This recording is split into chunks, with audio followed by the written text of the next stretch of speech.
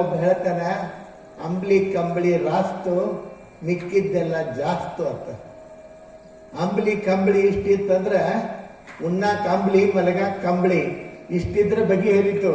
ಇದಕ್ಕಿಂತ ಹೆಚ್ಚಾತು ಅಂದ್ರೆ ಸಮಸ್ಯೆಗಳು ಶುರುವಾದವು ಅಂತ ತಿಳ್ಕೊಬೇಕು ನೋಡ್ರಿ.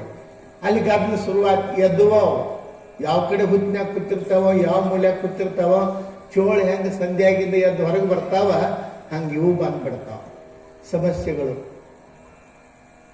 ಅವ್ರು ನನ್ನ ನೋಡಾಕತ್ತೀಯ ನೀನು ಅಂತಂದ್ರ ಅವ್ರು ನೋಡಾಕತ್ತೀನ್ರಿ, ನಂದು ಈ ಪರಿಸ್ಥಿತಿ ಐತಿ, ನಿನಗೇನ್ ಮಾಡ್ಲಿ ಯಪ್ಪ, ನೀವು ಮನಸ್ಸು ಮಾಡಿದ್ರೆ ಮಾಡಕ್ ಸಾಧ್ಯ ಐತಿ, ಆಯ್ತಾಳಿ ಇರು ಅಂತಂದ್ರ ಅವ್ರು.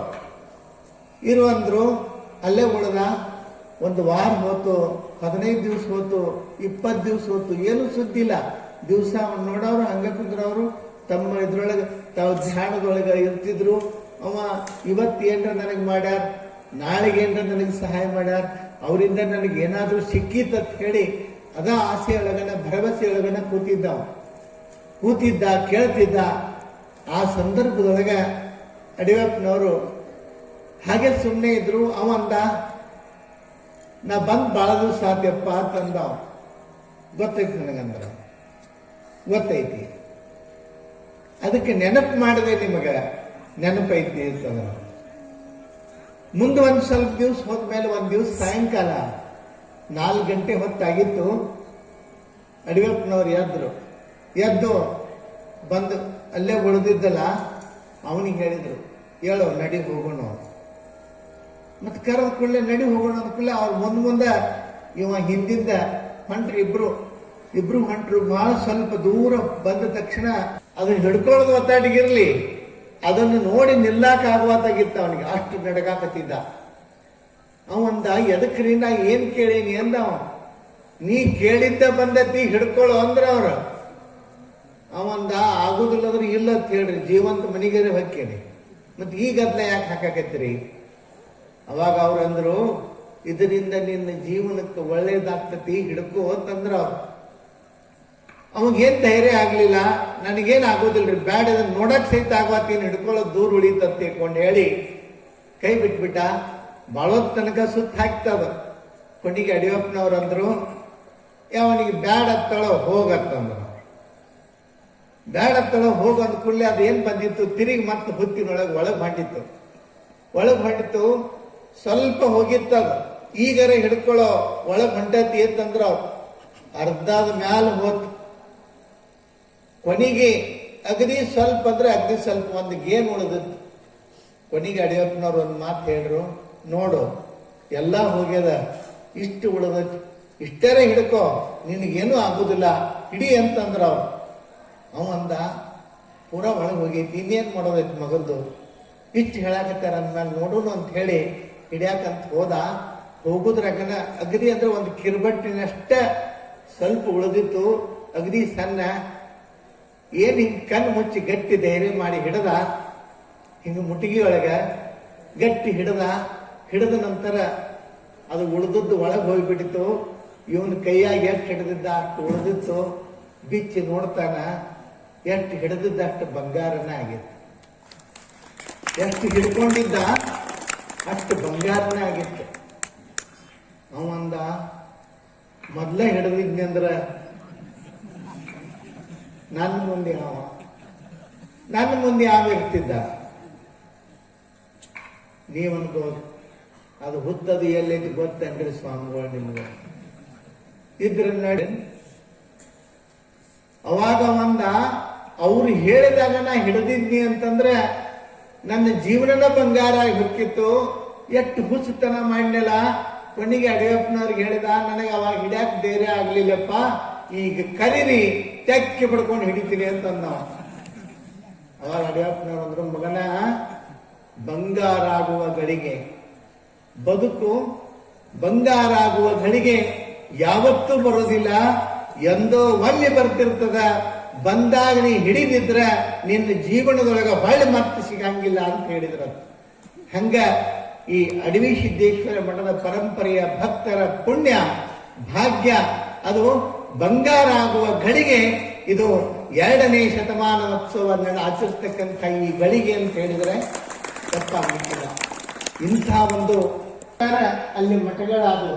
ಅದರ ಅರ್ಥ ಮಠ ಮಾಡಬೇಕು ಅಂತ ಅವ್ರದ್ದು ಉದ್ದೇಶ ಇರಲಿಲ್ಲ. ಅವರ ವ್ಯಕ್ತಿತ್ವ, ಅವರ ಶಕ್ತಿಗೆ ಮಠಗಳು ನಿರ್ಮಾಣ ಆಗುವಂತಹ ಒಂದು ಪ್ರಸಂಗವನ್ನು ನಾವು ಕಾಣ್ತೀವಿ. ಆ ರೀತಿಯೊಳಗ ಗುರುಗಳಾದವರು ಹೇಗಿರ್ಬೇಕು? ಗುರು ನಿಮ್ಮ ಯಾವ ಪೂಜೆಗಳು ಫಲಿಸೋದಿಲ್ಲ. ಗುರುಗಳು ಏನ್ ಹೇಳಿರ್ತಾರ ಅದು ಮಾತ್ರ ಫಲಿಸ್ತದ ಹೊರತು ಅದನ್ನ ದಾಟಿ ನೀವೇನು ಗುರು ಪಥವ ಮೀರಿ ಮಾಡುವ ನೇಮ ಸಲ್ಲವೋ ಸಲ್ಲವೋ ಅವು ನಮ್ಮ ಕೂಡಲ ಸಂಗಮ ದೇವರಲ್ಲಿ ನಿಲ್ಲವೋ ನಿಲ್ಲವೋ ಅನ್ನುವಂಥವರೇ ಬೇಕು. ನಮ್ಮ ಜಾತಿಯವರೇ ನಮ್ಮ ಗುರುಗಳಾಗಬೇಕು. ಬೇರೆ ಜಾತಿಯವ್ರು ನಮ್ಮ ಗುರುಗಳಾಗಕ್ಕೆ ನಡೆಯಂಗಿಲ್ಲ. ಎಲ್ಲಿಗೆ ತಂದು ಹಚ್ಚಿ ಇವತ್ತಂದ್ರೆ ಈಗ ನಾವಂತಿ ಜಾತಿನೇ ಮಾಡ್ಕೊತ ಕೂತಿದ್ದೀವಿ. ಈಗ ಸ್ವಾಮಿಗಳನ್ನ ಹಿಡ್ಕೊಂಡು ತಂದ ಬರಬ್ಬರಿ ಅದ ಫೋಟೋದಾಗ ಹಾಕಿಟ್ಟು ಬಿಟ್ಟಿವಿ. ನೀನು ಇಲ್ಲೇ ಇರು ನಮ್ಮ ಕೂಡ. ಅದರ ಅರ್ಥ ಎಲ್ಲಿ ಜಾತಿ ಇರ್ತದ, ಎಲ್ಲಿ ಜಾತಿ ಬರ್ತದ ಅಲ್ಲಿ ನೀತಿ ಸಾಯ್ತದ, ಪ್ರೀತಿ ಸಾಯ್ತದ. ಎಲ್ಲಿ ಜಾತಿ ನಾಶ ಆಗ್ತದ ಅಲ್ಲಿ ಪ್ರೀತಿ ಪ್ರೇಮ ಮೂಡ್ತದ. ಈ ಅಡಿವೆಪ್ಪನವರ ಮಠಗಳು ಎಂಥವು ಅಂತಂದ್ರೆ ಜಾತಿಯ ಮಠಗಳಲ್ಲ, ಪ್ರೀತಿ ಪ್ರೇಮವನ್ನ ಇಡೀ ನಾಡಿಗೆ ಸಾರುವಂತ ಅದ್ಭುತವಾದಂತಹ ಪರಂಪರೆಯ ಮಠಗಳು. ಬಹಳ ಖುಷಿ ಅನ್ನಿಸ್ತದ. ನೆನ್ಪಿಟ್ಕೊಡ್ರಿ, ಇವತ್ತು ದಾಸೋಹ ಪರಂಪರೆ 12ನೇ ಶತಮಾನದೊಳಗ ಬಸವಾದಿ ಶರಣರು, ಬಸವಾದಿ ಪ್ರಮುಖರು ಮಾಡ್ಕೊಂಡು ಬಂದಿರತಕ್ಕಂಥ ಕಾರ್ಯಗಳು ಒಂದೇ ಎರಡೇ ಎಷ್ಟು ಕೆಲಸಗಳನ್ನು ಮಾಡ್ಕೊಂಡು ಬಂದ್ರಲ್ಲ. ಆ ಕಾರ್ಯದೊಳಗೆ ದಾಸೋಹ ಅನ್ನತಕ್ಕಂಥದ್ದು ಬಹಳ ಅದ್ಭುತವಾದಂಥದ್ದು. 12ನೇ ಶತಮಾನದಲ್ಲಿ ಬಸವಣ್ಣನವರು ಅವತ್ತು ಹಚ್ಚಿರ್ತಕ್ಕಂಥ ಆ ದಾಸೋಹದ ದೀಪ, ದಾಸೋಹದ ಹಣತೆ, ಆ ಹಣತೆ 12 ಶತಮಾನಕ್ಕೆ ನಿಲ್ಲಲಿಲ್ಲ. ಇವತ್ತಿಗೂ ಸಹಿತ ನಮ್ಮ ನಾಡಿನೊಳಗ ಯಾವುದೇ ಅದಕ್ಕೆ ಕಾರಣ 12ನೇ ಶತಮಾನದ ಶರಣರು ಹಚ್ಚಿದ ದಾಸೋಹದ ದೀಪ ಅಂತ ಹೇಳಿದ್ರೆ ತಪ್ಪಾಗ್ಲಿಕ್ಕಿಲ್ಲ. ಆ ಪರಂಪರೆ ಇವತ್ತು ನಮ್ಮ ಮಠಗಳೊಳಗೆ ನಡ್ಕೊಂಡು ಬಂದದ. ಬರೀ ಮಠದೊಳಗೆ ಅಲ್ರಿ, ಮನೆಗಳಲ್ಲೂ ನಡ್ಕೊಂಡು ಬಂದ. ನಾ ಮಠದೊಳಗೆ ಅಂತ ಅಷ್ಟೇ ಹೇಳಿದ್ರೆ ತಪ್ಪಾಗ್ತದ. ಮನೆಗಳಲ್ಲಿಯೂ ಸಹಿತ ದಾಸೋಹ ಪರಂಪರೆ. ಇವತ್ತು ಮಠದೊಳಗೆ ಕಾರ್ಯಕ್ರಮ ನಡೆದ್ರೆ ನೋಡ್ಬೇಕು, ನಮ್ಮ ಜನ ಭಕ್ತಿಯಿಂದ ಮನೆಯಿಂದ ಮಠದೊಳಗೆ ನಡೀತಕ್ಕಂಥ ದಾಸೋಹದೊಳಗೆ ಕೂಡ್ತಾರೆ ಅಂತಂದ್ರೆ ಸಣ್ಣದಲ್ಲ. ಇವತ್ತ ಹಸಿದವರಿಗೆ ನನಗ ಅನ್ನ ಇಲ್ದಿದ್ರು ಚಿಂತಿಲ್ಲ, ನನಗೆ ಊಟ ಇಲ್ದಿದ್ರು ಚಿಂತಿಲ್ಲ, ಮಠಕ್ಕೆ ಬಂದವರು ಉಪವಾಸ ಹೋಗಬಾರದು ಅನ್ನುವಂಥ ಭಕ್ತರೇನದಲ್ಲ, ಅಂಥವರಿಂದ ಈ ನಮ್ಮ ಮಠದೊಳಗೆ ದಾಸೋಹ ನಡೆದದ. ನಾವು ಮಾಡ್ತೀವಂದ್ರೆ ತಪ್ಪಾಗ್ತದ, ಅಲ್ಲಿ ಮಾಡೋರು ನೀವದೀರಿ. ಆ ಕಾರಣಕ್ಕ ಇವತ್ತ ಅಂತಹ ಒಂದು ಅದ್ಭುತವಾದ ಪರಂಪರೆ. ಶಿಶುನಾಳ ಶರೀಫ ಗುರು ಗೋವಿಂದ ಭಟ್ರು ಒಂದ್ಸಲ ಶರೀಫ ಅಂದಂತ ಗೋವಿಂದ ಭಟ್ರಿಗೆ, ನನ್ನ ಮನ್ಸಿಗೆ ಬಹಳ ನೋವಾಗತೈತೆಪ್ಪ. ಯಾಕೋ ಶರೀಫ ಅಂತಂದ್ರು. ಏನಿಲ್ಲ, ಎಲ್ಲರೂ ನನಗ ಸಾಬಾ ಸಾಬಾ ಸಾಬಾ ಏ ಸಾಬ್ಯಾ ಸಾಬಾ ಅಂತ ಕರ್ಯಾಕತ್ತಾರ, ನನ್ನ ಮನಸ್ಸಿಗೆ ನೋವಾಗಕತ್ತದ.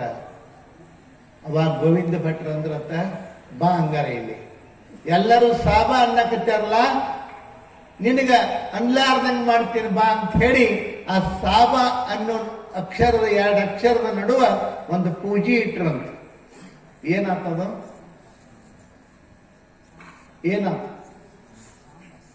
ಸಾಂಬ ಸಾಬ ಅನ್ನುವ 2 ಅಕ್ಷರದ ನಡುವ ಗುರುವಿನ ಕರುಣೆ, ಗುರುವಿನ ದೀಕ್ಷೆ ಅನ್ನುವಂಥ ಒಂದು ಪೂಜೆಯನ್ನು ಇಟ್ಟರಂತ.